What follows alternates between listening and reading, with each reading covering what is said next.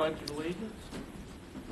I pledge allegiance to the flag of the United States of America and to the republic for which it stands, one nation, under God, indivisible, with liberty and justice for all.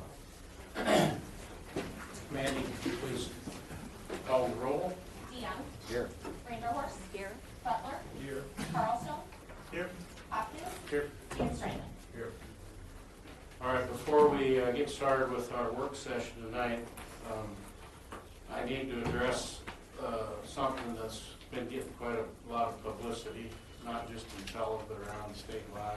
So, concerning the closing of Smash Park. As most of you know, the city was involved in an economic development grant with that business when they came to Pella.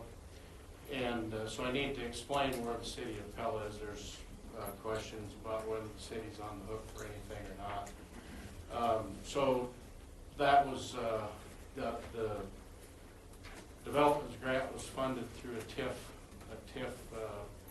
process in which the incremental value of new construction that was built out there, the tax on that incremental value is all captured by the city to pay off a bond that covered the financial incentives that were part of that project.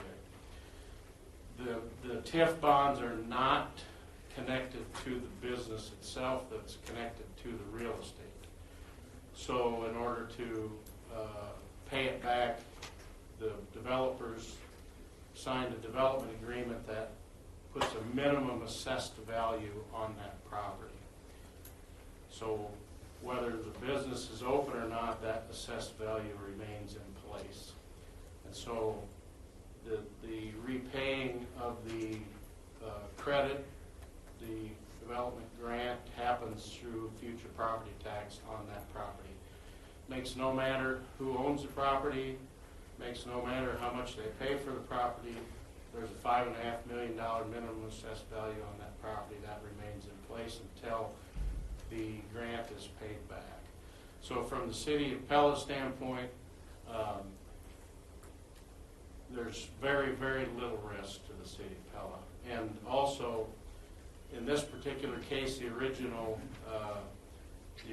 grant agreement, development agreement, was with RDP, and they later assigned, RDP later assigned it to the Pella Entertainment, but through that assignment, the City of Pella kept RDP ultimately responsible for the payment of property taxes if whoever owned the building wouldn't make them. So RDP is still legally responsible to pay the property taxes. So I've learned to never use the words never or none or always, but I would say the risk to the taxpayers of the City of Pella on this is as minimal as you can possibly get. And so, and I don't want to get into a long discussion about TIF and all of that, but the property taxes off that property will be paid, will be used to pay the bond that was issued for the incentives on that property. And again, it doesn't matter who owns it or what they paid for it. That minimum assessment remains in place for the life of the bonds.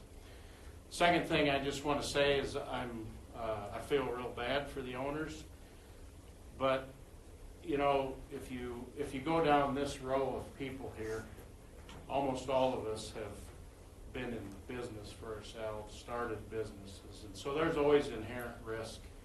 Anybody that owns a small business, there's inherent risk in opening a small business, and you know, sometimes it doesn't work out. They don't make it. In fact, I think if you look at the statistics, it's pretty high percentages of small businesses that start up that don't survive for the long haul. And unfortunately, that happened in this case. I think we as a city council felt like this was going to be a great amenity for the community. So I feel bad for the owners, obviously. who put a lot at risk for a project like this. There were some headwinds with COVID and everything, I think, that contributed to make it more difficult. But I do want to show, or at least speak about appreciation for all of our small business owners. You know, in Pella, our business community is what has contributed and made us the kind of community it is. And if you think about Pella Corporation and Vermeer, those all started as small businesses. You know, obviously they grew into big businesses. If you walk around the streets of Pella downtown, you see all kinds of small businesses. And I started in the CPA business in Pella in 1982. And that's what I did, is work with small businesses around the square. And the list would be incredibly long of those that have come and those that have gone and those that have been successful. So that's part of being in business. And so I want to make sure that as a community and as a representative of the city of Pella, all of our small business entrepreneurs know how much we appreciate them and what they do for our community.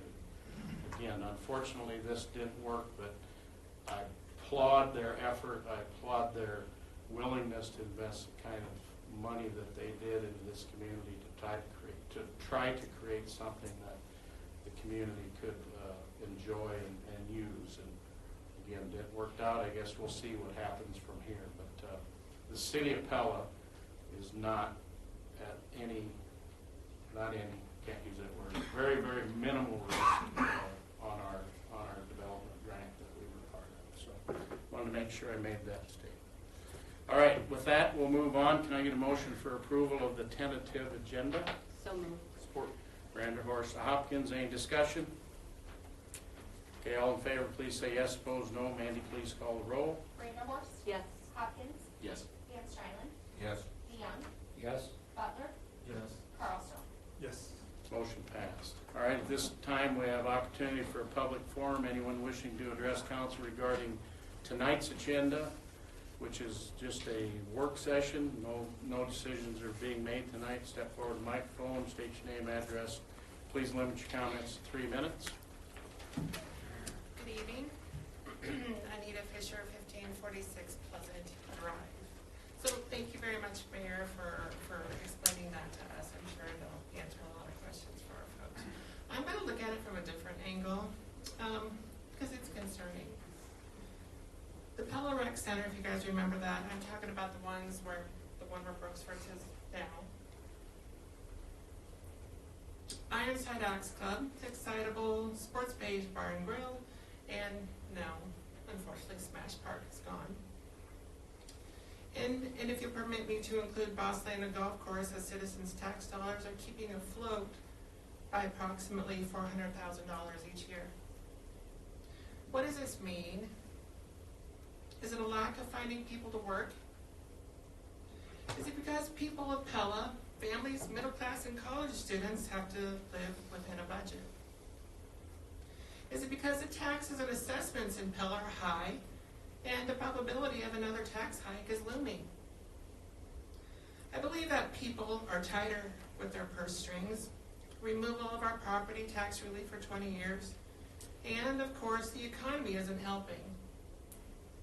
Recent economic data confirms that we already know prices for everyday goods and services have soared. We are paying over 30% more to heat our homes and keep the lights on. It's costing families about 20% more just to put food on our table and more for renters to keep roofs over their heads. We need to take a serious look at what it means to have fiscal responsibility. This brings me to the proposed rec center that we're going to talk about tonight.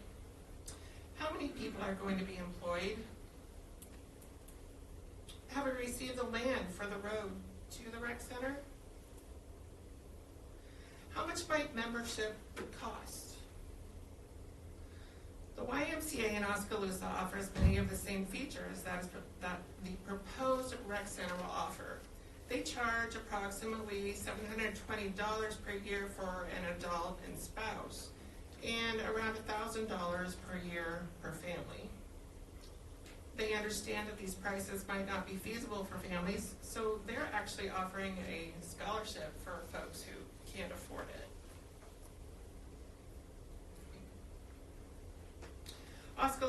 council plans to have a competition pool ready for public use by summer of 2025.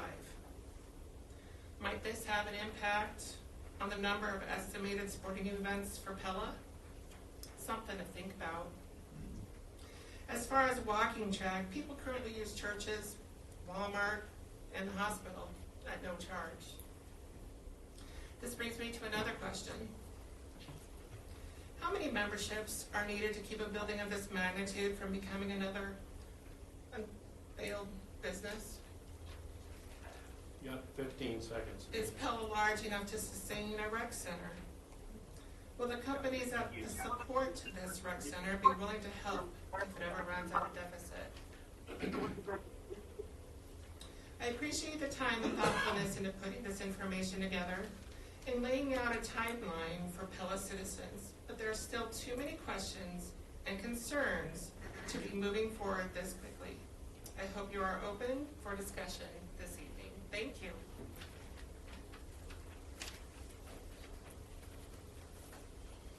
Anyone else?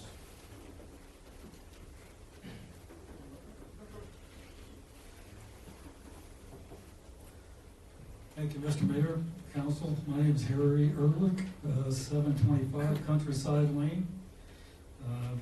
First of all, I want to thank the staff for putting together this report because it illuminates quite a bit of information that we've been kind of looking at and hoping to get over since March of this year.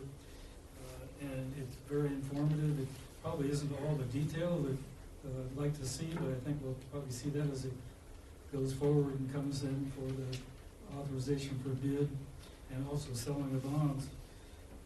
I would highly support the staff recommendation.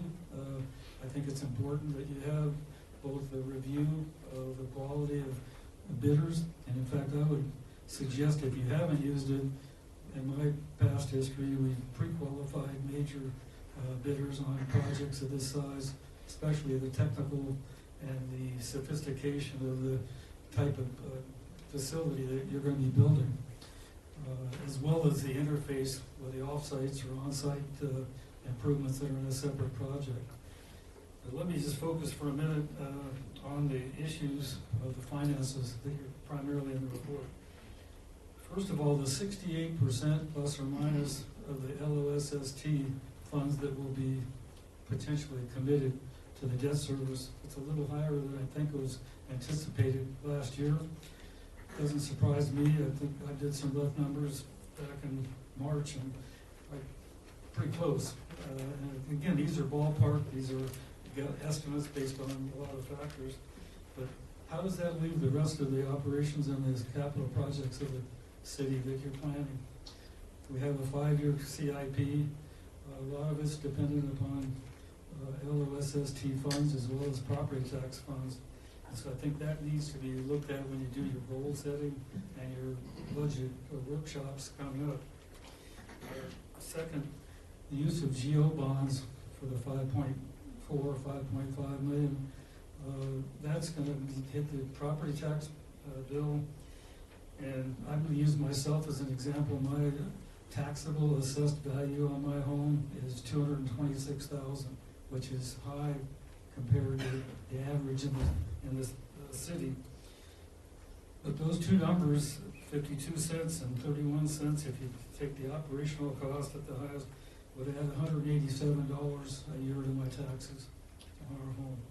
That doesn't sound like a lot when you look at cable TV and cell phones and that kind of thing, but if you're on a fixed income, retired, and if you're not as well off as I was able to plan for, there's a lot of fixed income folks in our town that may be difficult for them to come up with an 8% increase in their taxes. At least that's what it would be on my home.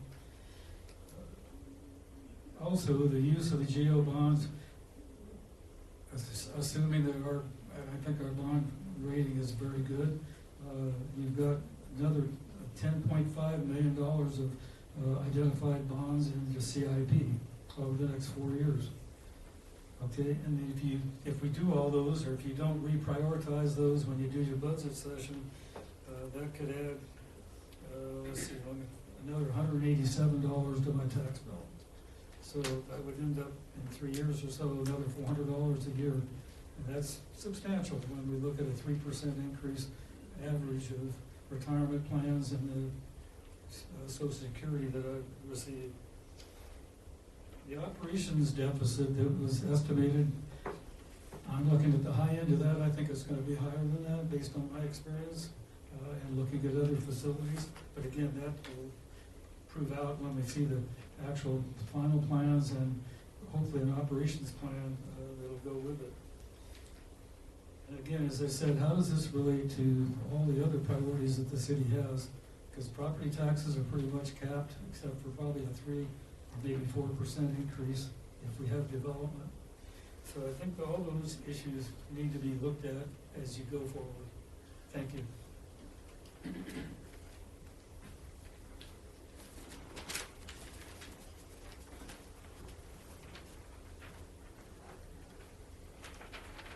Put it large, so hopefully I can read it without glasses.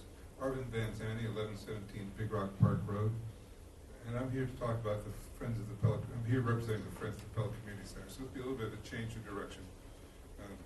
We're also on the schedule tonight. So first, I'd like to thank Mike Nardini, Jeanette Bond, who's not here today, Mayor Don DeWard, and all this council for all the support and encouragement you've given our project to renovate the Pella Community Center.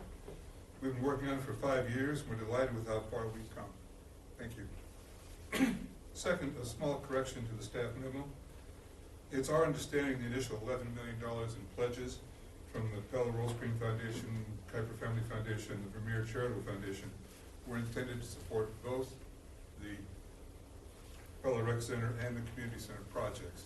It was to the facilities upgrade plan. While we understand that the monies will be allocated at the city's discretion, we would be remiss if we failed to acknowledge the strong support those organizations have for both the arts and athletics. In the memo, it specifies it simply as for the rec center, and actually $11 million of that would be allocated in some proportion between.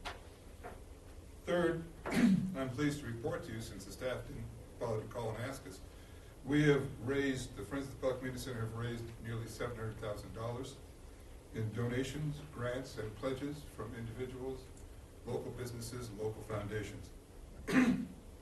We've received positive responses wherever we've gone, and there's been real excitement regarding the proposed new entrance with the better access control for the building, a full-size elevator, ADA compliant access to all 4 floors, including the gym, and publicly accessible restrooms in the entrance lobby.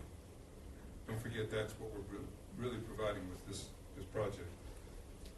Finally, we're excited to expand our fundraising, but we need your help. Well, we've been actively collaborating with Jeanette, with the city, in driving and defining this project. We've not yet formalized our partnership agreement.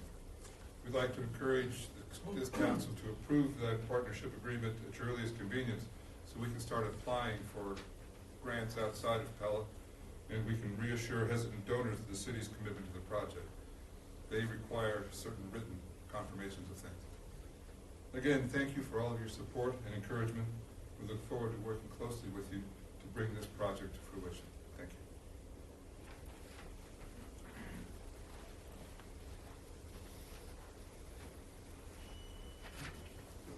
All right, I don't see anyone else dashing to the podium, so we will move on into our council work session. Again, we are not making any decisions tonight. This is just an update to our long-term facilities plan, and we're going to talk about the city attorney appointment. So, Mike, why don't you kick us off? Yes, Mr. Mayor, I'd be happy to start tonight's presentation. As Mayor DeWard stated, tonight's session is intended to be an information session, and really it's intended to gear us towards some future meetings that we had. Now, specifically what I'm referring to is on the 30th and 31st of this month, we're going to be holding goal-setting sessions, and those are intended to identify priorities and action plans over the next 2 years for the city of Pella and what we're hoping to accomplish. In addition, we also have our FY 24-25, so that would be the fiscal year that would start on July 1st of this year and extend through June 30th, 2025. Our budget work sessions are going to be conducted in mid-February of this year. And as council is aware, we'll take a look at the operating budget for next year on it, but we're also required to plan for a 5-year capital improvement plan as well. So what we're hoping with tonight's session is to provide updates on the city's long-term facility plan and really gear us towards those sessions and allow the council to make the best informed decision as possible. Now, in reviewing the projects tonight, I think it's very important, particularly when we talk about the Pella Community Center as well as the proposed indoor recreation center, that we review past actions of council and how these got to be proposed. And in 2022, when the city first discussed the long-term facility plan, we identified 3 goals. They're listed up here. That was to improve the quality of life in our community, attract new citizens and workforce to our community, as well as increase the city's tax base. Now, as we discuss these projects, I think it's very important that we keep these goals in mind, as the projects that we're discussing this evening are long-term initiatives for the city of Pella. So, Mandy, let's go ahead, please. And let's start off with the city's proposed indoor recreation center. And what we have here is a proposed base plan of $34.8 million. And just briefly to get council up to speed on when we talk about the base plan, is the base planning includes an indoor turf field that we have right here, 2 full-size gymnasiums, a walking track, a competition swimming pool, as well as a workout facility as well. Now, in addition, when we see construction bids on this project, we're also going to be seeking bids for alternative items as well, which means that we will have construction bids for these items down here, and these would be the 2 additional gymnasiums as well as a recreation pool. Now, if council were to proceed with the alternate bid items, the recreational swimming pool, would be placed right here where the proposed turf field is located at.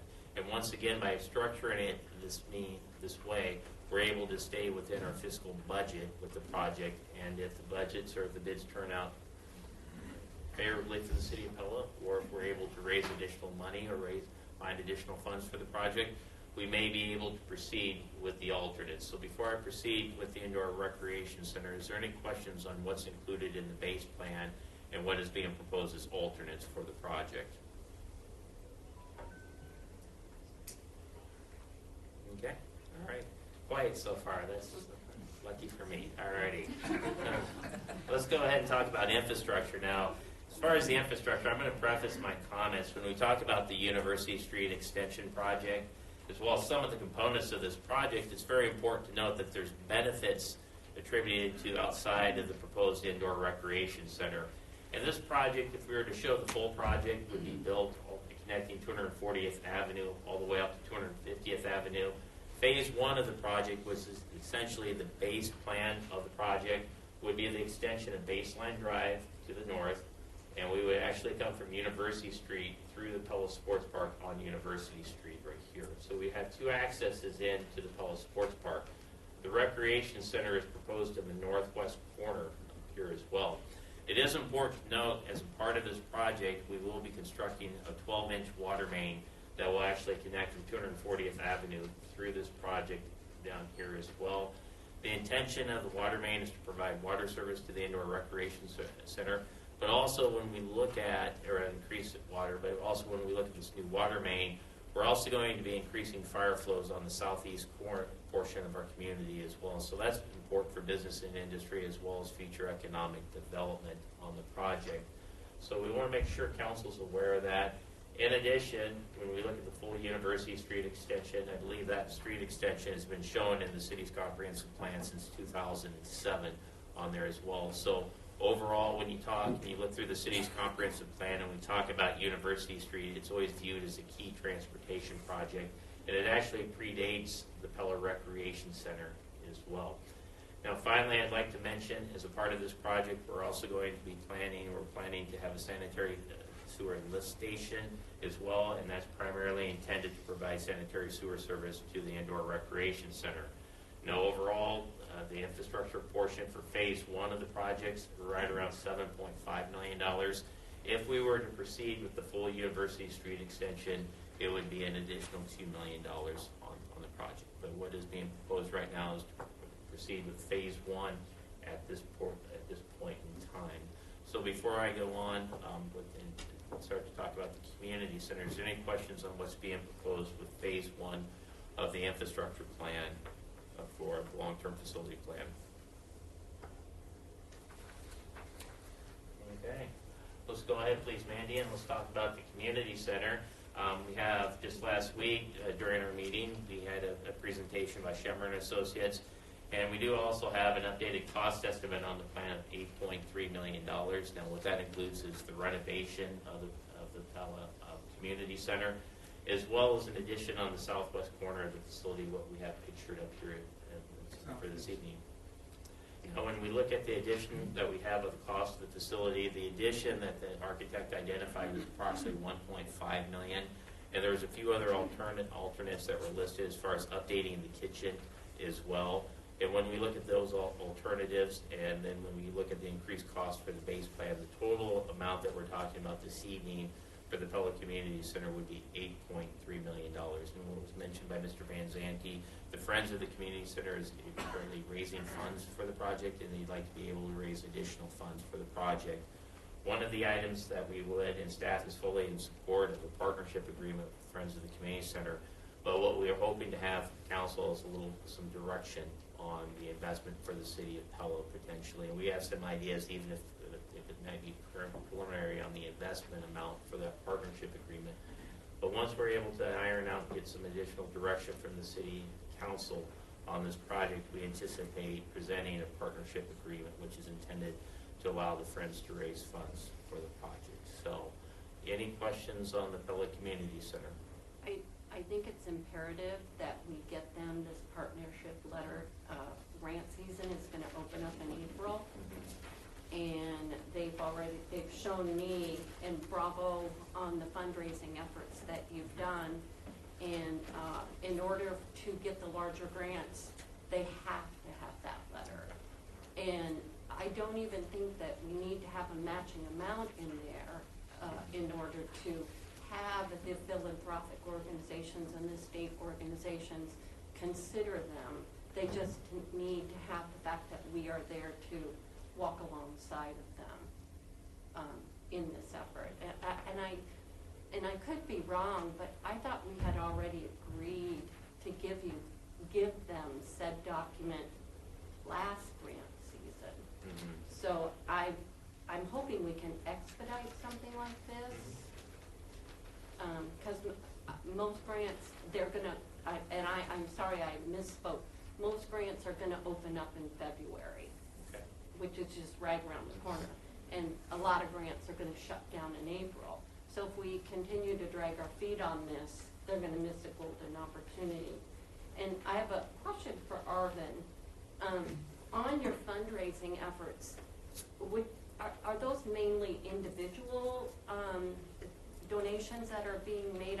I'm fascinated, not surprised, just fascinated as to how you did this. We've been working, just talking with some folks in the community. Mm-hmm. Without the partnership agreement, didn't want to go to the public, but these are mostly individuals. There are some local businesses. Some of the individuals have their own personal foundations, so we'll call that those foundations. Okay. Okay. Very good. And the other question I had, and this might be one that Mike, you and I can talk about later, and we had just briefly brushed on it one day in passing about allowing the community center and the rec center to be two separate projects, and perhaps even have a council representative on the community who would be the representative for the community center, who would bring back to us the information like they've raised $700,000. I think that's something that we need to consider so that both of these projects can move forward and that one isn't lagging behind waiting for the other. And I too noticed the $11 million and was quite perplexed by that because I knew that there were foundations that had given money both to the rec center and to the community center. So, and this is my last request, I promise. But I've given this a lot of thought. I wondered if there was an opportunity that we might have to break that apart so that they can then report that in their grant seeking opportunities and we could see what that is. Because I don't know what it is. And so perhaps maybe in our packets, we could have a monthly reconciliation of the cash on hand, which might give us a better opportunity to track or understand. And that is all I'm going to say about that.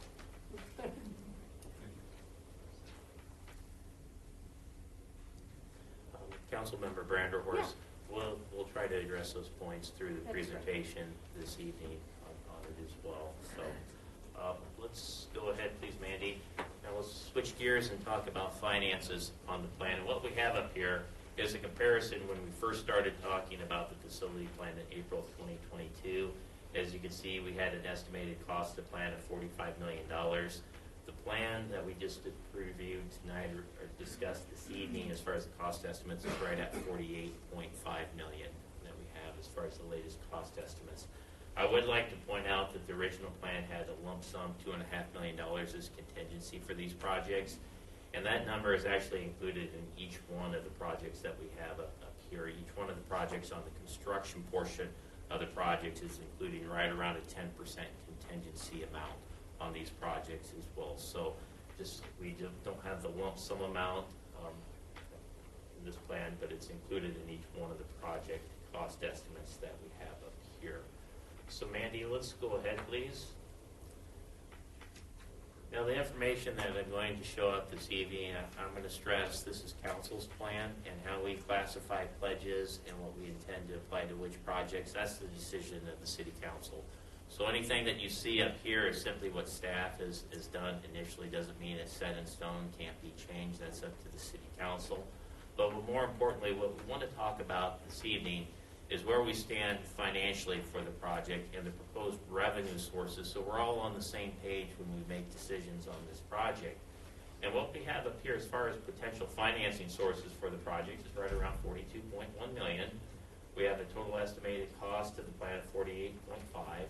And when you look at the difference between them, we're right around $6.5 million short on the funding.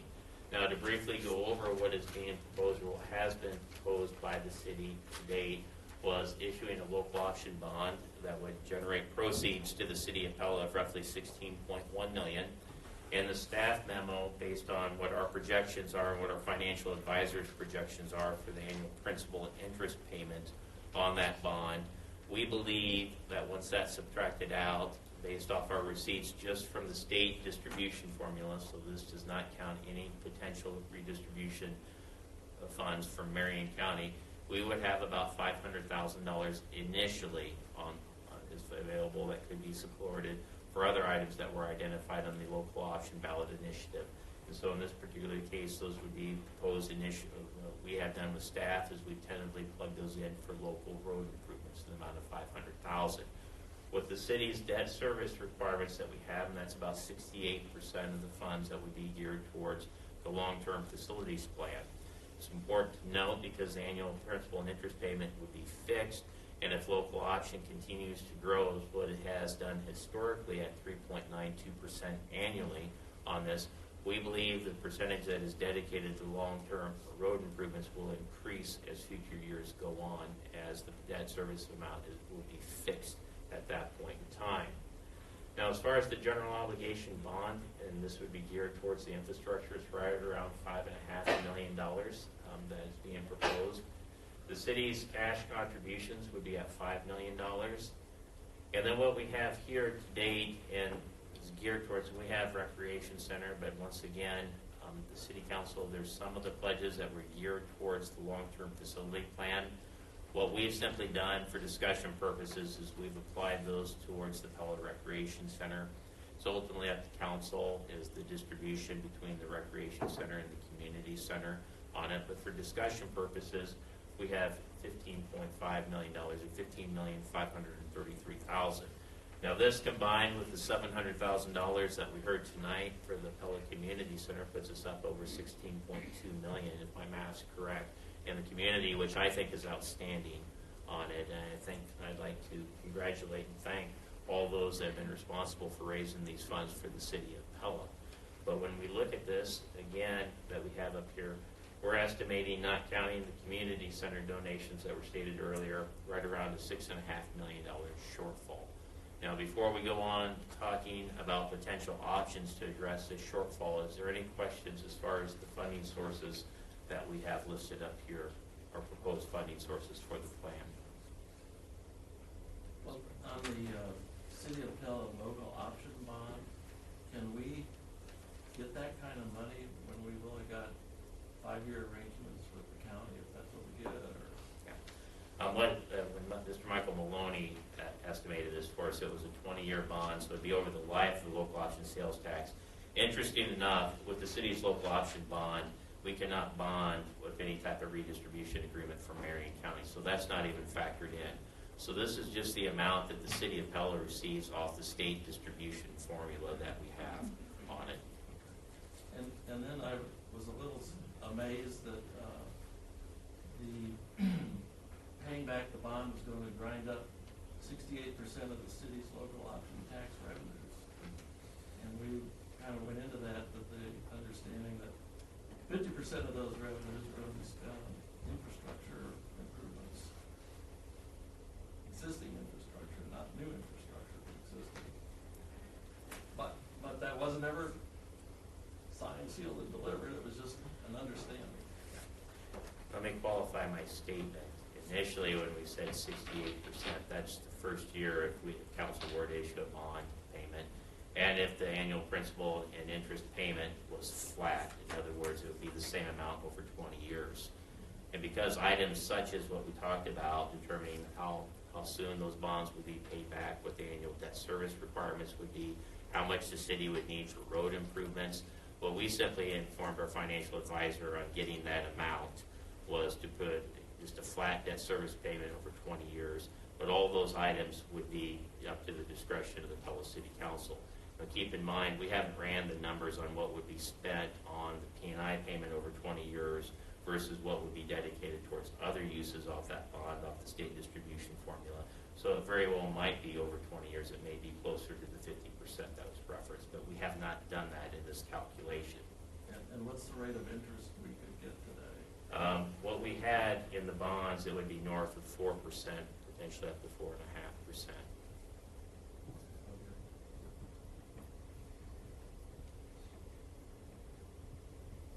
But I want to stress, again, these are all real-time numbers that fluctuate. If we were to proceed with this project, and we talk about any type of bond issues, we typically wouldn't issue bonds on projects until we have hard construction numbers in hand. And that's one of the items that I'd be remiss as we make decisions on these projects and as we see construction bids. It's my expectation that we could talk about cost estimates from engineers, but the real hard decisions are going to be made once we have construction bids in hand. And so, again, the amount of debt that would be issued for these projects would be directly impacted by the construction bids that we had for the projects as well. So that's somewhat in flux right now. Do we have options as to what type of structure we put up? You know, the ones that I saw were pretty fancy. When my granddaughter went to a lot of these activities, there were some of these activities that looked rather plain on the outside, but they had marvelous facilities and courts and so on inside. So I guess that's something I would throw out. Yeah. I think that's a good point, and it's a very good question. And here's the answer that we have with us and existing the council on this. If I misstate anything, it's not intentional. But with the rec center, and this is the one that we have as well as the Pella Community Center, the engineering design has been reviewed at incremental stages, key design development stages of Pella City Council, and staff's understanding that that is the preferred design, exterior design that we have for the buildings to date. Now, could that be changed by City Council on it? The answer is yes on it. That's always up to the City Council, the direction of the City Council as far as options, as far as the exterior design. Would that likely mean, with the case of the recreation center, potential delays with the project? Yes.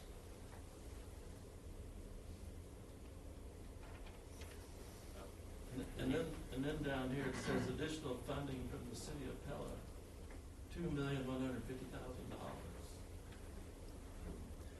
let me, if I, Mr. Butler, Councilmember Butler, excuse me. Oh, we're not there yet. Yeah, I'll make sure I cover that one. I have a whole slide on additional funding, so. Sorry. All righty, no problem.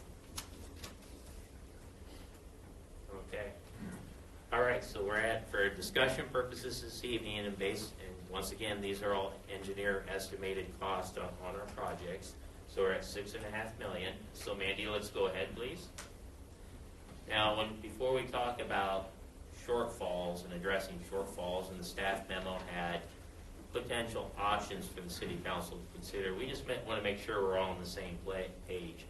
Now, this is just staff's notes, and so if we're going to blame anybody or question anyone, you'd probably blame city administration on these statements. But we feel in addressing any projected shortfall, it's likely that council is going to need to do the following. A, establish financial parameters for proceeding with the projects, and we talked a little bit in the staff memo about establishing financial parameters for the pledges. If you wanted to look at the pledges that we're going to be talking about this evening and put it simply, if we have a $48 million plan, what we're proposing is $20 million from sources other than the City of Pella and $28 million from the City of Pella. The key issue when we talk about private pledges is most of the private pledges are being proposed to be paid over 5 years, when construction on these projects would likely last over 2. And that simply means that if you have a timing difference between the length of time it takes you to build something versus when you're getting your revenue, we're going to have to internally finance pledges on the matter. And so in dealing with when these projects will be able to proceed, we think it's very important to be very clear on what financial targets we're going to have to raise, not only from a fundraising standpoint, but how much cash on hand potentially could the city have initially when we start the projects, as well as when the projects are completed. In addition, I would be remiss, particularly when we talk about city budget, that as we look at the projects that we're discussing this evening, we've already stated that we're preparing for budget work sessions. It's very likely that we're going to have to prioritize projects, not only within this plan, but other projects within the City of Pella as well. And that kind of goes with the territory, and the council's aware of that. But we always think it's a good reminder, particularly when we're talking about budgets and so on, and addressing shortfalls on projects or funding shortfalls. So, Mandy, let's go ahead, please. Now, this is one option to potentially address the $6.5 million up here, what we have. And what we would simply do is look at, if you looked at the construction cost of the Pella Recreation Center, it's about $34.8 million. What we've identified is with an additional almost $1.5 million, that would bring the private pledges to date up to about $17 million for that particular project. We've also identified the estimated cost to the Pella Community Center at $8.3 million.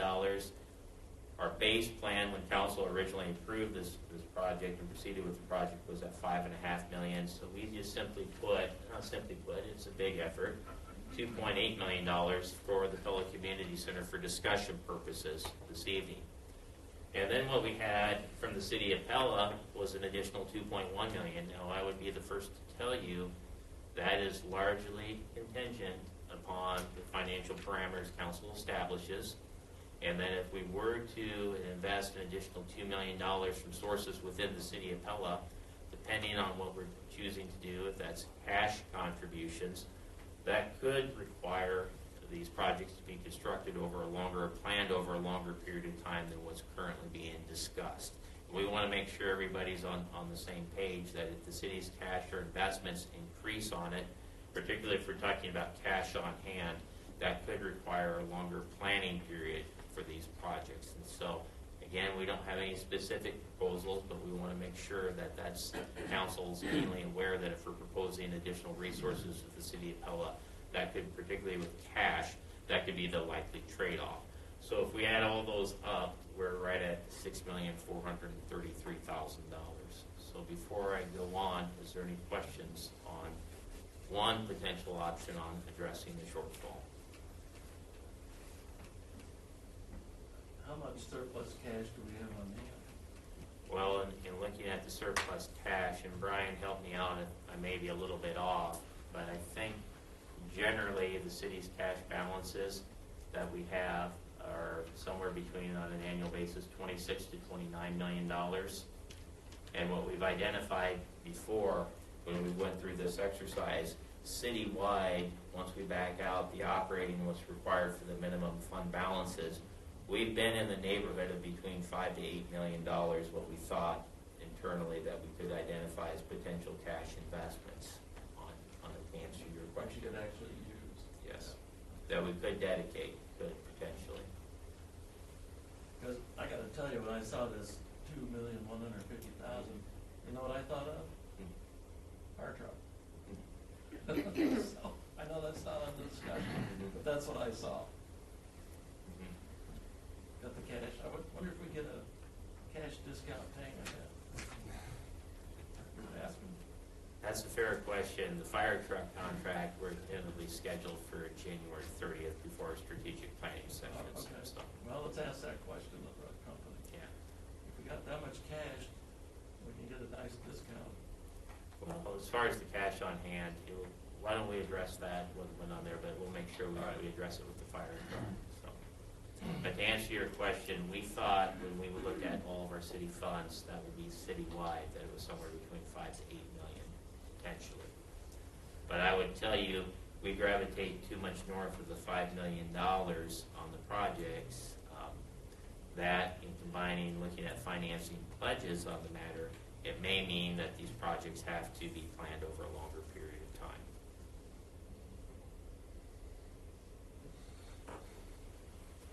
Okay, let's go ahead, please, Mandy.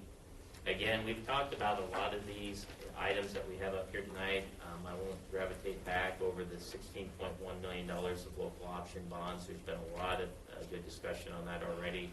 As far as the general obligation bond for the infrastructure of $5.5 million, we want to make sure council is aware that if we issued that, basically the difference between these two bonds is this bond would be issued at $16.1 million, and what we would be telling the bondholders is the only right, if the city defaults on it, that you have on that is local option revenues. It's not secured with anything else on that bond.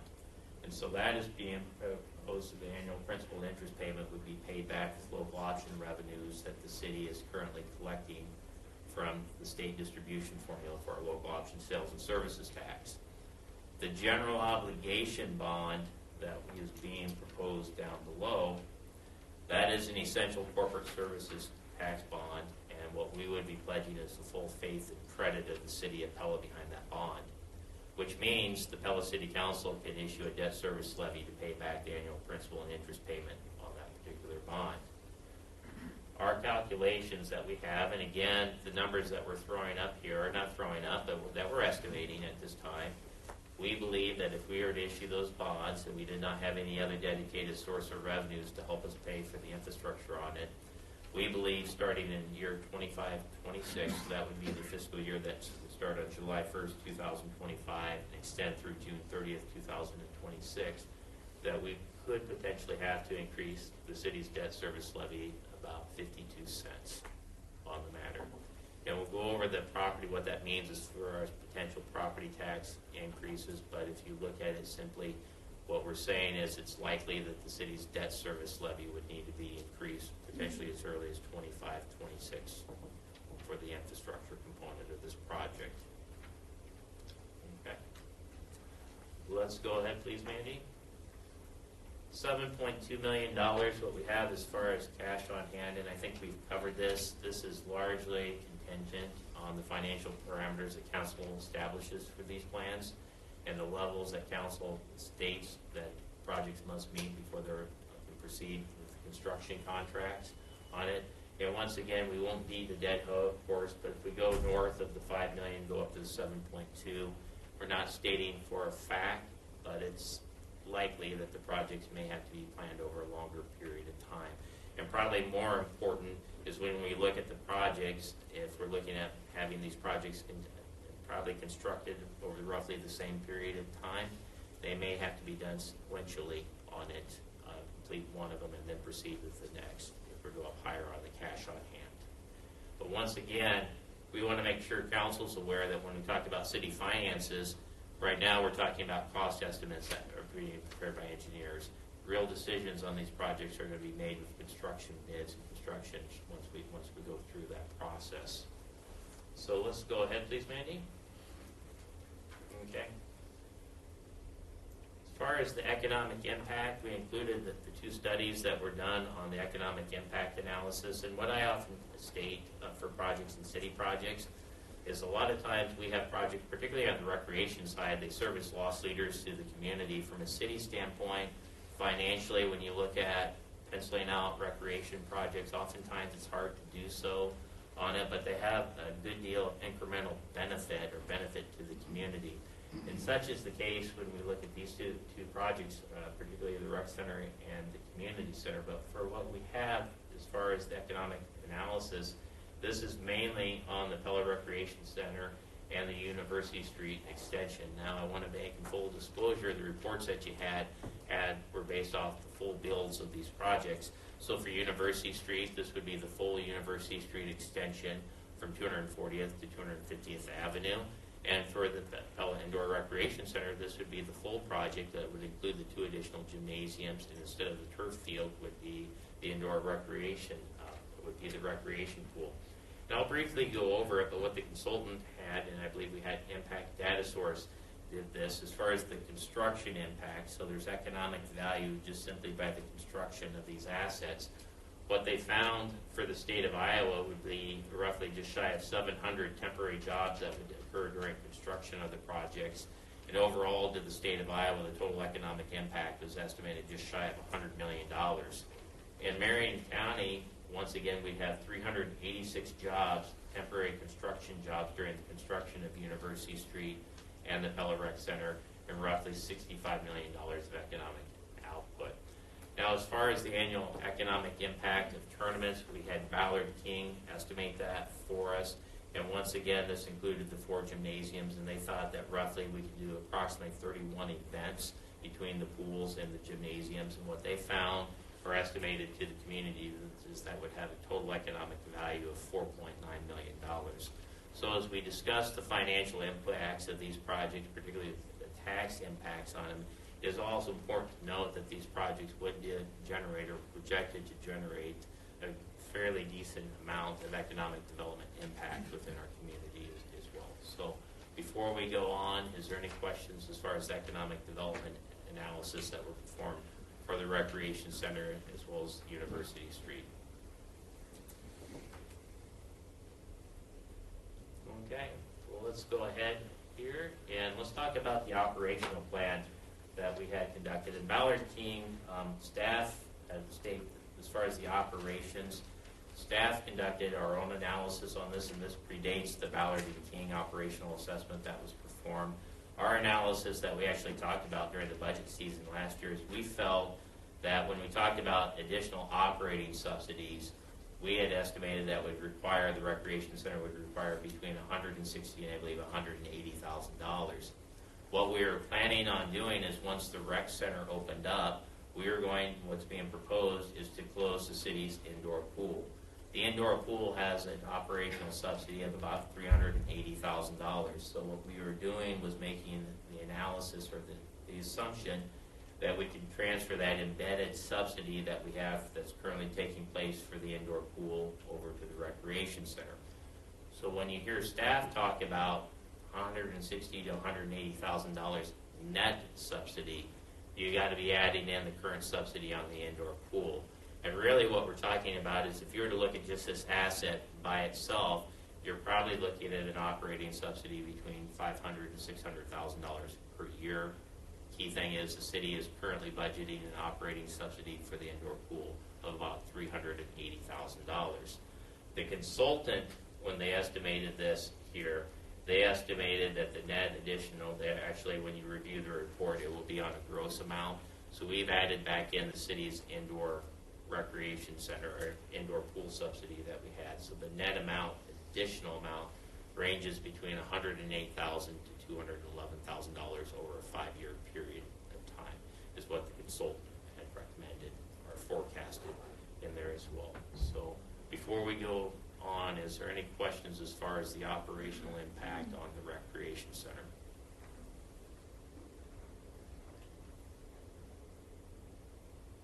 Okay, alrighty. I'll read to the interesting part of the meeting here soon, so, all right.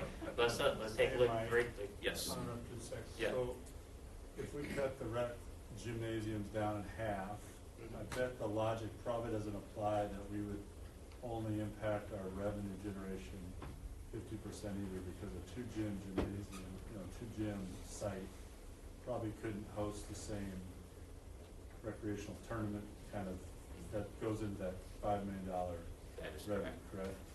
So we can't do that math here that, okay, it's gonna be $2.5 million a year instead of, am I thinking through that correctly? Yeah, that's correct. When you look at the economic impact of that $4.9 million, we'd have to go back to the consultant. We could sure do that if council would desire to state, let's do the economic analysis for both these projects off the base plan instead of the full bill on it, so.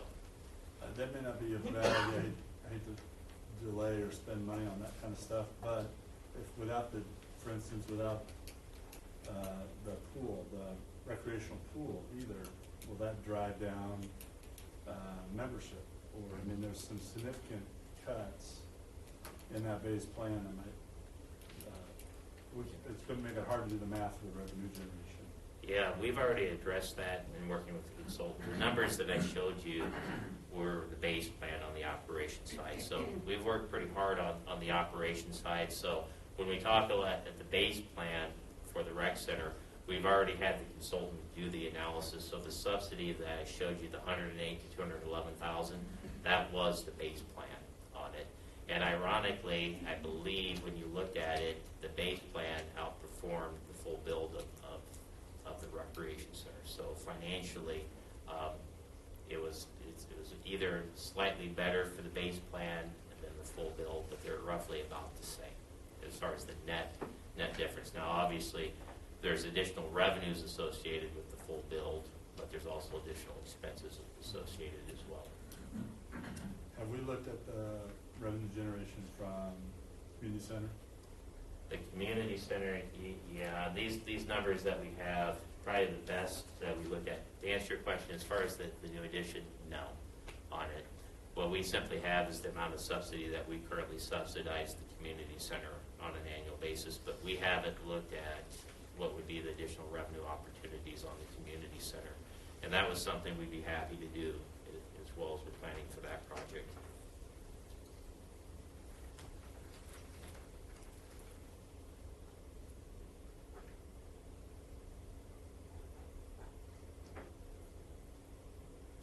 Good questions. Okay, I'm almost through with my presentation, and we're turning back to the input or direction from council on these projects. Now, one of the items we want to stress to everyone when we talk about property tax impacts, these could be somewhat difficult to forecast because really when we're talking about operationally, these projects, for instance, the recreation center would be constructed over a 2-year period of time, so you're looking at operational impacts that may take place 3 years from now on it.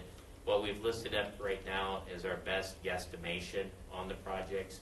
So if we were to issue a debt service levy increase of 25-26 for the infrastructure bond, that would be after we have bids on the project, be about 52 cents, we believe. The operational levy increase for the recreation center could be between 17 cents and 31 cents. So we're somewhere between 69 cents all the way up to 83 cents as far as the total levy increase that we have for those two projects.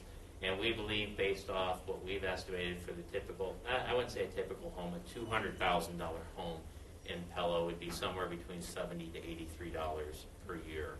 That could be forecasted as far as additional property taxes. Now, one of the items we also need to keep in mind as far as the city's property tax rate, we've been at the same property tax rate for a number of years on this, and when you look at the size of the amenities that we're talking about between the community center and the recreation center, they have a considerable amount of benefits to the community, but when we look at the direct financial impact of the city of Pella, that doesn't necessarily translate to our budgets and planning these projects out. So there's a lot to keep in mind when we talk about property tax impacts on the projects as well.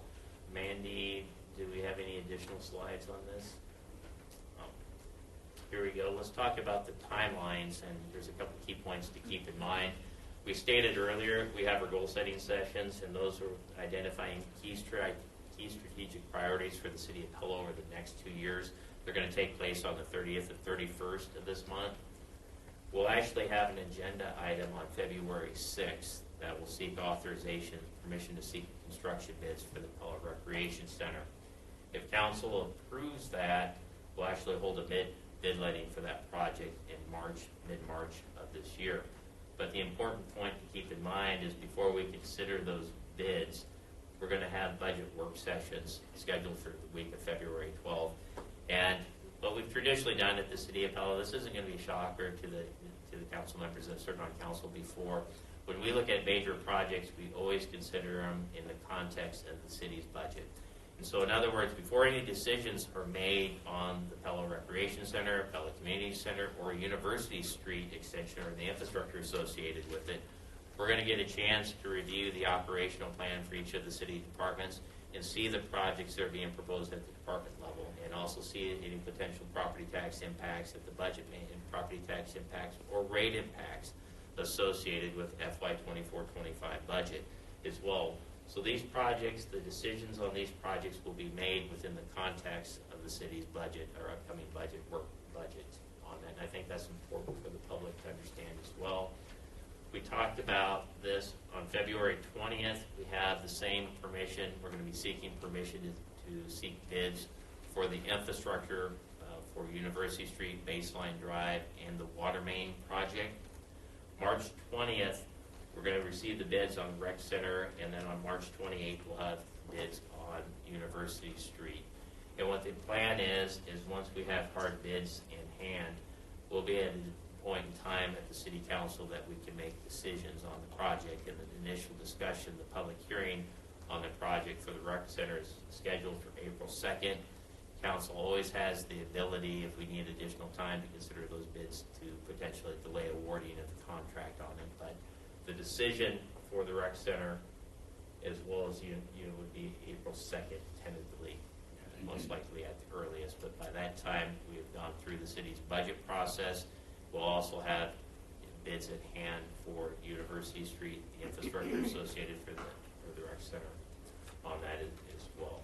So, and I would also be remiss if I didn't state with the community center, with the project, it's lagging behind the Rec Center and University Street from an engineering standpoint. We're still in the fundraising standpoint. We haven't identified a timeline. We can sure work on that in future work sessions if we desire to, but right now we'll need the input of the Friends group on how long it may take to raise funds for the project. So, Mayor, I think that's everything that we have listed. Mandy, do we have any additional slides? Okay, so this is the portion of the meeting that's intended for council, and we'd be happy to answer any questions that the council may have or concerns, or if you need any additional information to make an informed decision on these projects, we'd be happy to take down notes and get that to council. So with that, Mr. Mayor, we'd like to turn the floor back over to the mayor and council. All right, thank you, Mike. So a lot of information. Probably doesn't mean a lot until we get bids. Without the real numbers, we can't really make a lot of, we can't make any decisions. So it's important we get the bids so we know what the numbers are, and then all those other decisions will have to be weighed and discussed. I have some more questions. How many employees do you anticipate would be working at the rec center? What we have, as far as employees, and that's a very good question, and it's something I forgot to mention. The feasibility study, and we'll get the exact number down as far as the full-time employees that we have. The feasibility study was based off city staff operating the recreation center. Now, one thing I forgot to mention that I think is equally important when we talk about operations plans, it's also been discussed as far as hiring a firm to manage the project for us as well. So what we have, we'll go through the assessment and get the number of full-time employees that we have, as well as the employment on the operational assessment. So that's not in this packet we've got? No. Okay. So, and then, the follow-on question is, where are those people going to live? If these are new people to town or additional people, you don't want them all driving from Des Moines to work at the rec center. They're not going to be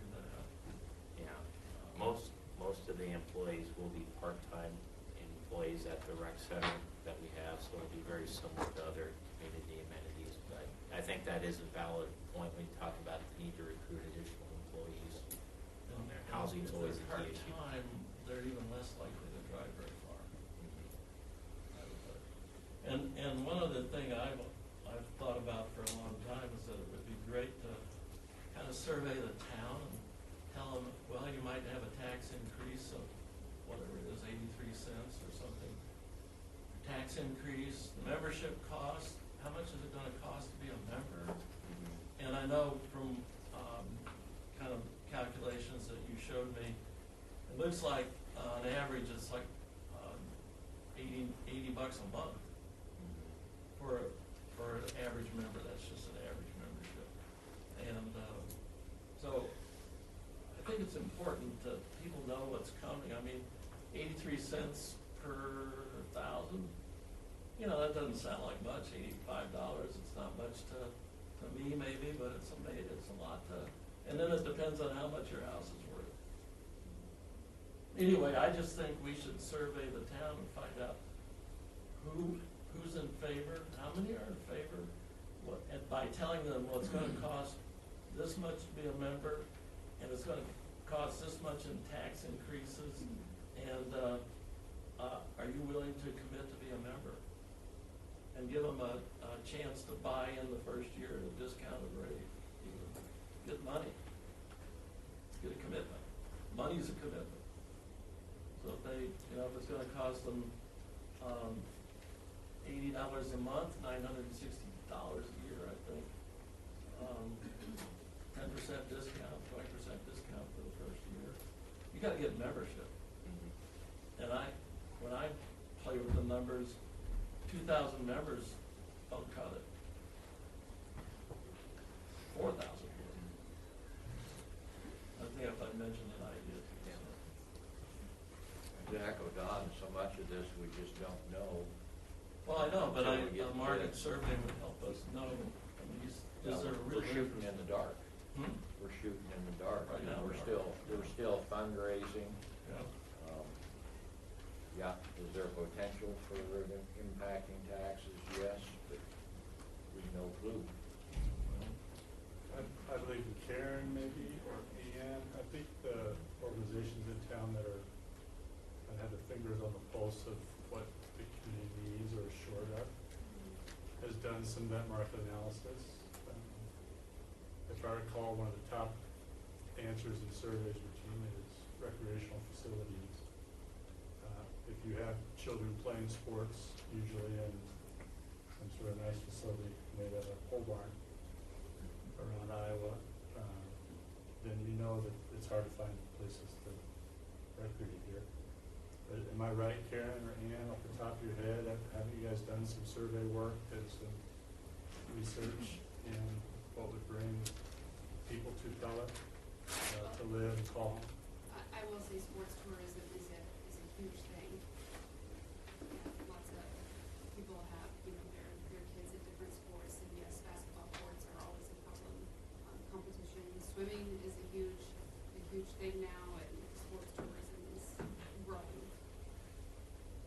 And I'll remind, early in our memo here, we have our 3 goals for what our long-term facility plans was really supposed to be about. It's to improve the quality of life of the community, attract new citizens, increase the city's tax base, obviously preferably by growth, but I do those, yeah. I just wanted to answer your question as well. A couple of years ago, and by a couple, it's probably been like 4 now, we did put out a general survey of what would you like to see in the community that currently isn't here. And there was a variety of things on there, from restaurants to amenities, but recreation opportunities was near the top most every time. It wasn't specifically on sporting recreation, but it was in general, but that showed up multiple times. I think when you're in a competitive market for people, you have to look at what attracts people. And nice streets attract people, but probably not as many people as things to do with their kids in slushy January. And so I think that's really important for us to understand too. And I'm on record record multiple times here, this is an investment as much as it is a cost. And I think if we flip the script and look at it like that, you know, $5 million cash on hand versus $7.5 million cash on hand, that every year you win $4 or $5 million back. Let's take some zeros off. If I offer you a deal, give me $7.50, and I'll give you $5 back every year forever, there'll probably be some that won't take that deal. There's a lot of people that would. And they may or may not show up to vote on something, but I guarantee you they take the deal. And so I think the language choice matters here, and I think it's far more of an investment than a cost. And I think it's hard for a number of people, CPAs, and trying to match up the dollar for dollar. But when you're a community trying to survive and grow and thrive, I think you have to look towards investment language versus protection language. So are we talking about people coming here to visit, attracting people to come here to visit, which is, sorry, I'm not putting you on the spot, but that's what Ann does for a living? Or are we talking about attracting people here to live? Because there are two different ways of looking at things. If we're attracting people here to live, we need to give them a place to live. We need to give them an affordable place to live first. Because if they come here and they like it and they love the amenities, but there's no place for them to live, then they are going to drive away from our community and they're going to find some place to live. And then are they going to drive back here, perhaps in a tournament, which is going to give revenue to the community and in the short term. But if we don't have places for people to live first, then I don't know how we're going to grow the community. Because I would have thought that if people were dying to have indoor recreation, that we'd be looking at an addition on to Smash Park, not locking their doors. And that grieves me. That grieves me. When Marion County did a study, the one thing that is the greatest lack is housing. So I think that we have to look at what are we trying to build? Are we building tourism or are we building a tax base? They're two different things. I think that's a great point, Lynn. Thank you. It's and something like a rec center, I think does both. It builds tourism and it builds a tax base because people want to live here, move here, etc. I have lots of friends in this community who, on any given weekend, they're in Kansas City or Oklahoma City or who knows, like all over the country. And I just assume have those people, the tourists here in town. But I think it's something like a rec center, an amenity like this, it doesn't do one or the other. It does both. It elevates the visitors in town on any given weekend. If it's 31 events, like Mike said, the consultant had said, 31 events in the course of a year. I mean, that's a lot of people coming through town, and it's undoubtedly would happen that of those thousands of people that come through town, this is just from tourism. People are going to say, hey, Pella's a great place. I want to move here. I want to live here. And then, in addition to people maybe not doing the tourism thing, just coming and saying, hey, Pella, everything that we want or we need in our community, it ticks the boxes. So let's pack up and move. There's a number of folks who've said, oh, Pella's on this list for this or that or the other top places to live. And I think that's something that simultaneous to this, I don't think it's an either or. Like we should, if we're going to spend $30 million, we need to spend it on development. I'm all for development of new houses, new roads, new streets, all that. I'm all for that. But it's not an either or. in this scenario. I don't believe it's a both. So simultaneously, we also should be having discussions about what's the next development, what's the next place to build. I think Randy has no more houses or no more lots left, or a couple left, a couple. So there's definitely a need, to your point, of housing, but it's not an either or. That leaves us short. It's a both. It's not either or tourism or people moving in. It's both. Yeah, and housing has been an issue long before this came up. If you have any silver bullets for that, I'd be more than happy to listen to them. Lynn's got some tricks up her sleeve. I can do. tell. I can tell. I do, and I feel like, at times, I feel like we're selling ourselves and our community short in looking at creative options I'm all for attracting people to Pella, but when I sit in on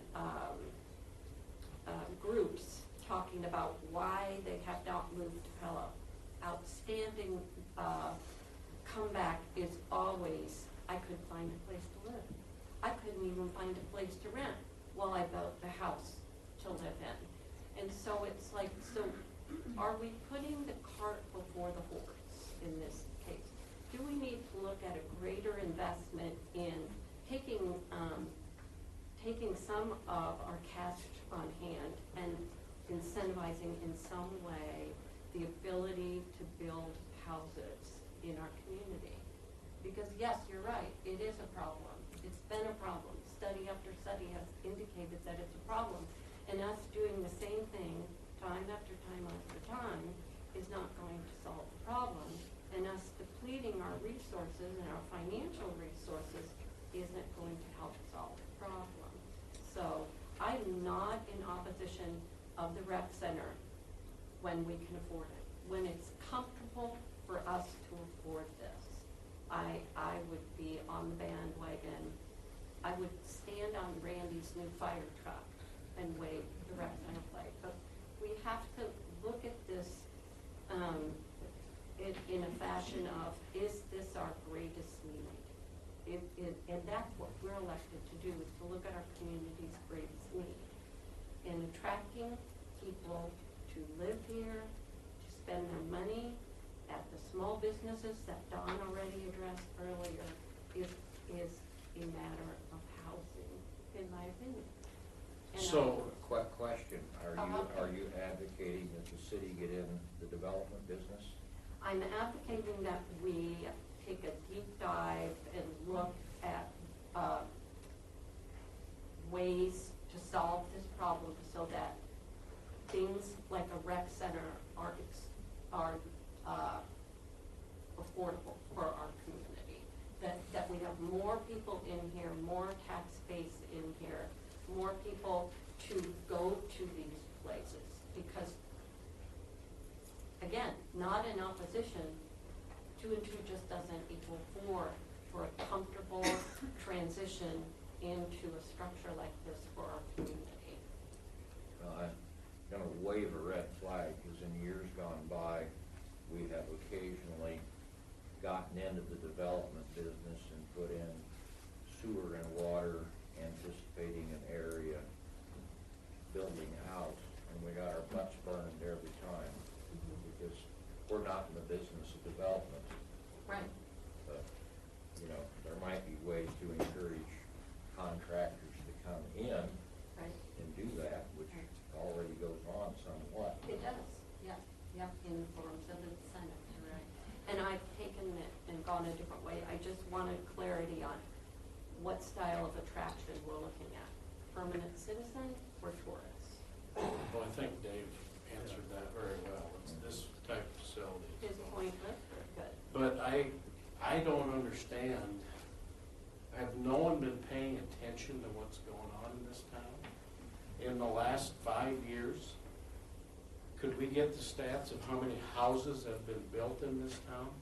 The city has been involved in Boss Ridge, Boss Landing with Vintage Estates, Prairie Ridge, and we have, I just saw a statistic the other day in the whole metro area, and they count Pella in the metro area in Des Moines.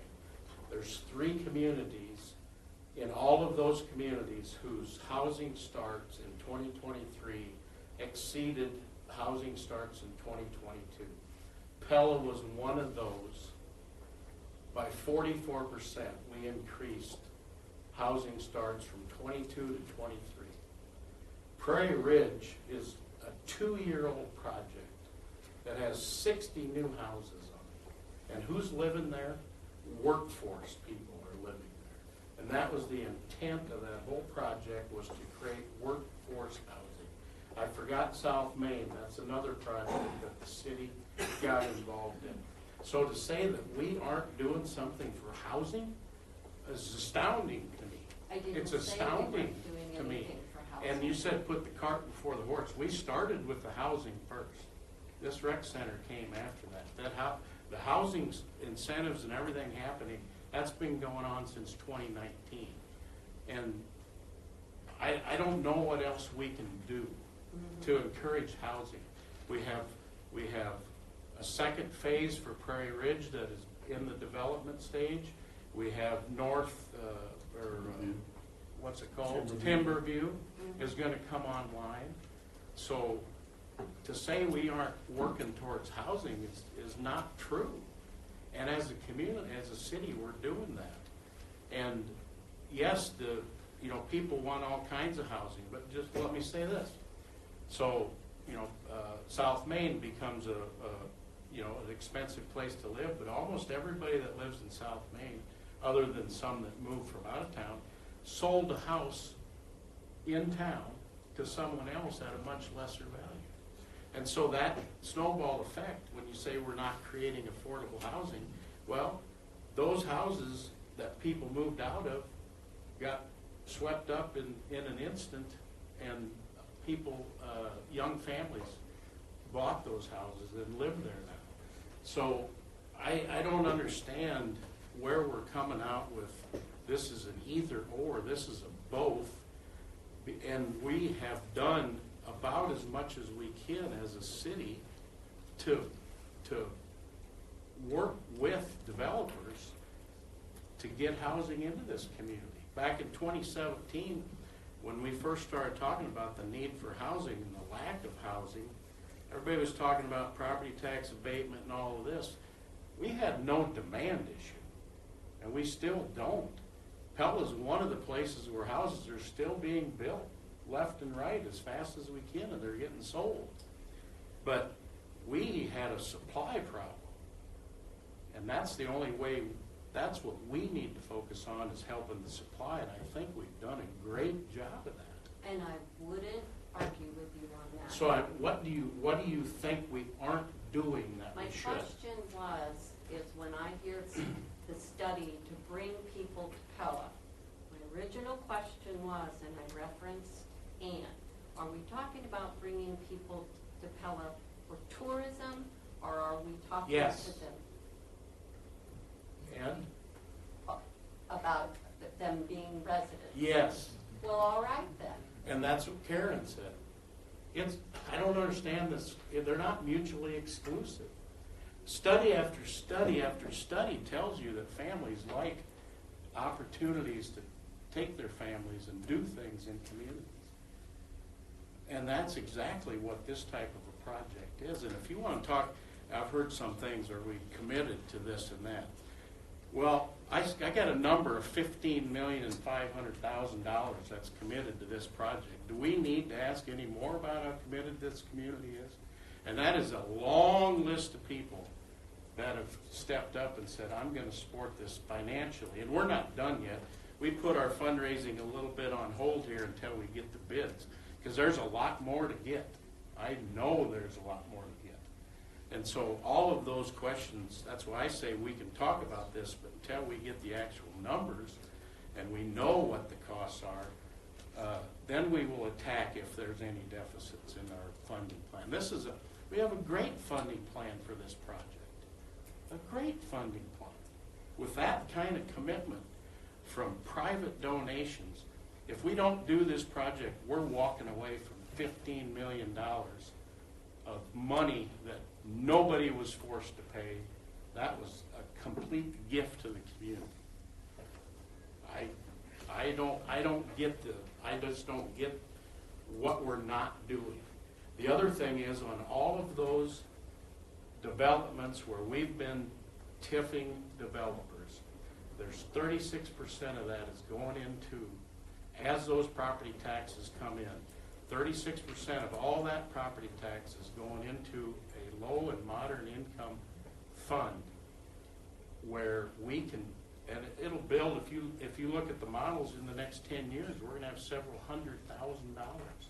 And we have to use it for lower and moderate income housing. Yes. And so it's such a win-win, all this stuff we're doing.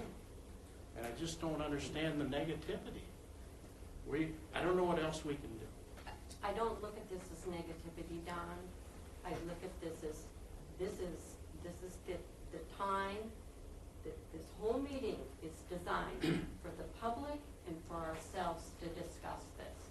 And if we can't sit here and have questions about things, then why are we even having a meeting?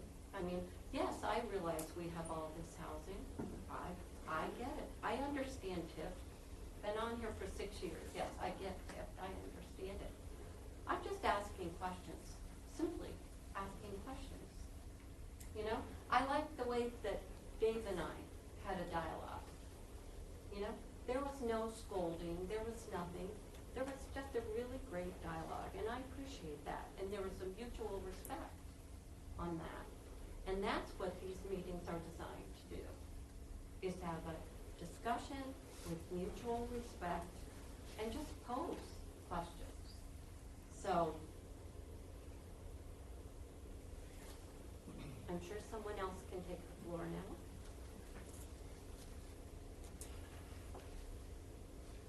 Well, what I see, and I know, is at the planning and zoning meeting last night, and those patio homes are gonna cost close to 400,000 or more. And, you know, I've come up with a new phrase. Instead of affordable housing, I'd call it, we need to find a way to make housing entry-level available, entry-level housing. So that a young couple can move in, and if they've got $25,000 or $30,000 to put down, which is a lot of money for a young couple. I never had that kind of money when I was young and married. But we need to get a place, we need to have a place for them to get a foothold in town, and then they can keep moving forward. That's what I see. Yeah, do you have an idea on how to do that? Yes, I do. Okay. I double the size of the trailer court. Make it nice. Okay. It can look nice. The trailers are nice. You're inside, and build the city could build a storm shelter there for people to go to if there's a storm. But that would be reasonably affordable. It's not ideal. It's not where I'd want to live or you'd want to live, but it would get people here and build that tax base, and then when they made progress with their finances, they could move further into town. But On the prime example, when I moved to Pella in 1979, I lived in the sun of the east side trailer court. okay, so, well, But you're a CPA, you understand numbers. Can you put a trailer court, can you spend $40,000 an acre for land and build a trailer court? I haven't figured that out. I don't know how many trailers you can put a lot of trailers on an acre, I bet. And I don't think anybody's saying we shouldn't do, somebody's got the idea, you gotta Okay. move it through. I don't think you'll get any opposition from us. Okay. Maybe you want to sell those last couple lots for cheap and we'll put some trailers out there. You also have to understand there's always market forces Oh, sure. in play. Yep. Like, I hear all the time about our local builders and stuff. They're all as busy as they want to be or can be building the houses they want to build. So there's, any ideas that make sense and can work are more than welcome. Okay. Because we do need a big mix, we need a mix of housing, no question. But, you know, Prairie Ridge was specifically designed for workforce housing. When the thing was started, it was 250,000, 220 to 250,000 was the kind of the targeted price, and so the county stepped in with incentives to reimburse the developer so that the lots could stay $25,000–$30,000, but they all ended up being over 300 because of the price increase. But the people that I know that are living there, it was workforce housing. They're all in the workforce, so it is workforce housing. You can sit and talk about the price all you want. It is workforce housing. People that live there are in the workforce. Well, the workforce, that's a big spectrum. It is. It is. But they're in high demand. They're buying them as fast as they can build them. And that's a good thing. But yeah, any creative ideas worth listening to. Thank you. Yeah, I mean, there's no idea that's a bad idea. I mean, there are some bad ideas. There isn't any idea that can't be considered.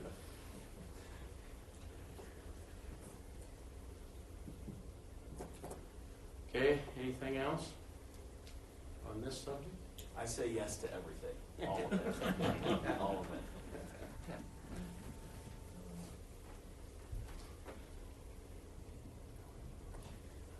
Mayor, before we move on, what I would propose is we'll send out a staff memo that shows the follow-up items that we have on the list. And if there's anything that we missed, well, if you could just get a hold of us or add it to the list, we'd be happy to look into it. So. Okay. I'd follow up with one little comment about the sports tourism. Due to the efforts of a whole bunch of people, folks love to come to Pella. We're a great day trip or an overnighter. And I think if we can build a nice facility, it's going to attract a lot of action.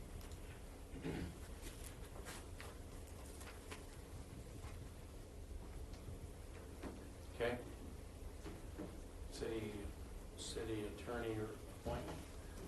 Yes, Mr. Mayor, and what we have this evening is this year is a year that we typically appoint a city attorney, and if you recall, we did not do that at our earlier meetings. And the reason is the staff has been negotiating with the Allers Law Firm for city attorney services. And just to summarize, we receive a fairly heavy discount with the Allers Law Firm on the city attorney services that we utilize. And these are traditional services such as zoning, code enforcement that we have, municipal contract law. The Allers Law Firm does provide a discount for their attorneys that work on those matters for us. In addition, for the firm, we also hire them for economic development matters and bond counsel. Now, those last two and litigation when it's needed, but those last three that I mentioned, there's no discount involved in those. But anyway, as far as the discounted services, overall, on an annual basis, last year we spent about $140,000 with the Allers Law Firm for everything involved as economic development, bond counsel, and city attorney services. City attorney services is generally right around $90,000 a year. This year we had the firm propose fees, and Ms. Christine Stone has served as city attorney for the last 5 years. Her hourly rate, effective hourly rate, I believe, was going up from $210 up to $285 an hour, right around there.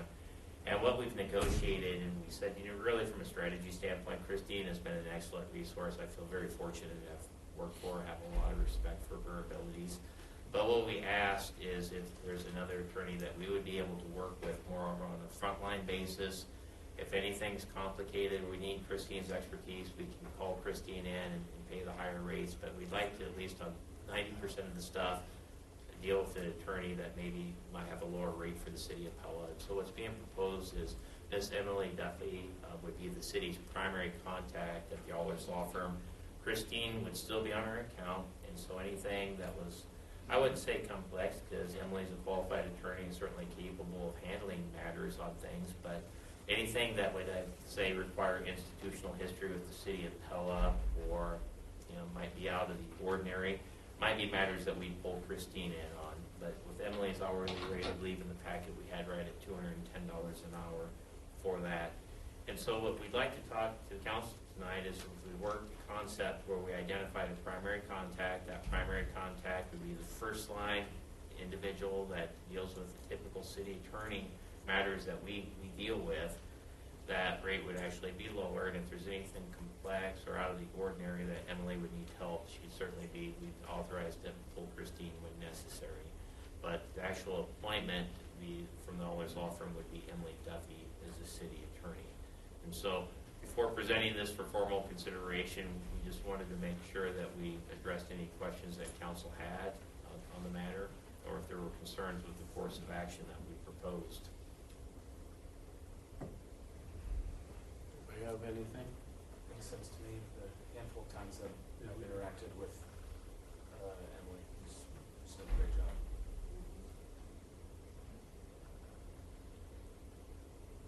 Not seeing any pushback to your plan. All righty. All right. All right, thank you. Okay, any council member have any other business that you would like to address this evening? Any member of the public have any other business you'd like to address us with this evening? If you do, please step forward to the microphone, state your name and address. Try to limit the comments to 3 minutes. Ian Summit, 1435 Jason Street. I'm sitting here listening tonight. I'm listening as a former teacher. And when you're a former teacher, your thoughts are all over the place. You've got 24 little ones needing your attention. I taught character counts. And I think we need to practice character counts. I think things are going very divisive in this community, and it's making me very sad. I was taking notes, and I heard you guys talking about workforce. Yes, workforce housing, but this is workforce versus affordable housing. Workforce could be people in IT that are making $75,000, $80,000 a year. But your affordable housing may be for those people who are working on the line at Pella and Vermeer. I think they deserve a house too that they can afford. When I looked at a PACE 2020 article about affordable housing at Prairie Ridge, nothing, absolutely nothing matches up. I have it in my car right now. Also, we were talking about tips.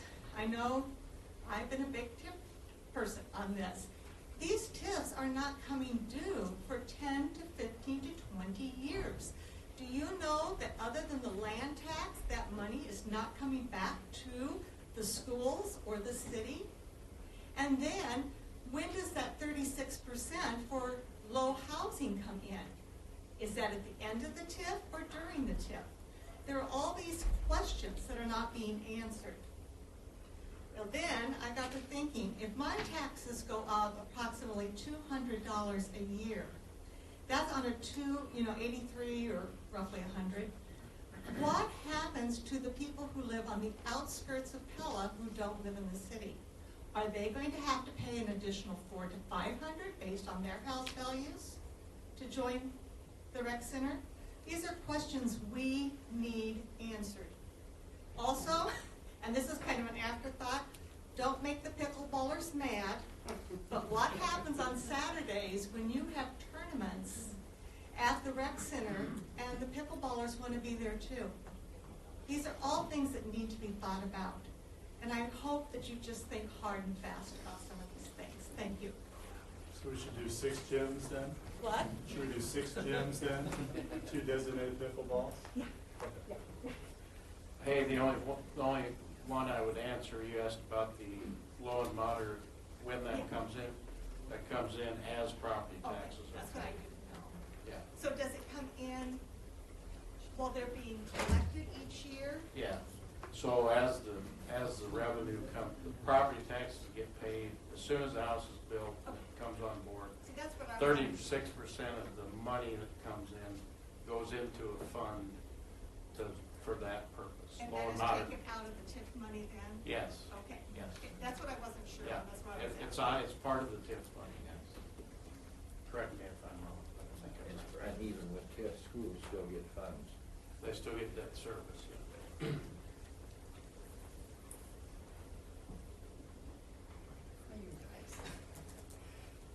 Van Zanny, 1117 Big Rock Park Road.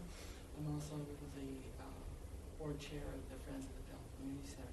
I just wanted to share with you when we were talking about attracting people, the studies that have been done that the arts aren't mentioned at all, and that the community center and the arts that are provided there, the theater and stuff, has been proven through studies that they improve the development and attract creative people and retain creative people to the community regularly. And secondly, I'd like to point out to you that in Pella alone, we have kept track.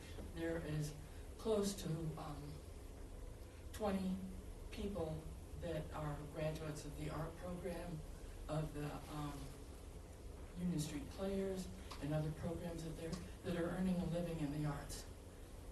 Currently in Pella, nothing against him, he's a great guy. There's one person who's earning a living through the recreation. So for long-term development and stuff, we need to have both, but the community center will provide an anchor for what people love about Pella and at the center of the town. Okay? So that's all I have to say.